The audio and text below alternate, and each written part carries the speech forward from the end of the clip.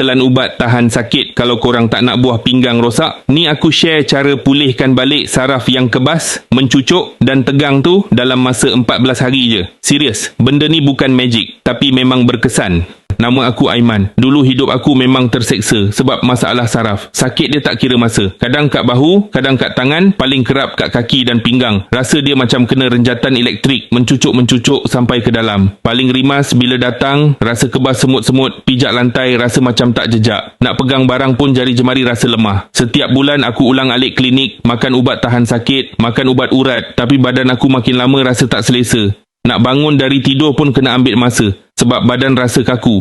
Nak buat aktiviti harian, nak solat, semua jadi terbatas sebab urat-urat ni rasa tegang sangat. Doktor dah pesan, kalau biar melarat, saraf ni boleh jadi makin lemah dan mungkin perlukan rawatan yang lebih mahal dan rumit macam fisioterapi. Malam-malam aku selalu termenung. Aku risau kalau sakit ni makin teruk, macam mana aku nak kerja, macam mana aku nak jaga keluarga kalau nak bergerak pun payah. Aku nekat cari ikhtiar lain yang lebih semula jadi dan tak membebankan badan. Syukur sangat aku terjumpa penawar yang sangat berkesan iaitu kapsul seketika. Apa yang buat aku yakin produk ni menggunakan bahan-bahan semula jadi yang hebat dalam perubatan saraf seperti damar merah, getah kemenyan India dan daun pegaga. Ia diformulasikan khas untuk mengurangkan sakit pinggang ke punggung, menghilangkan kerap tarik mengkarung,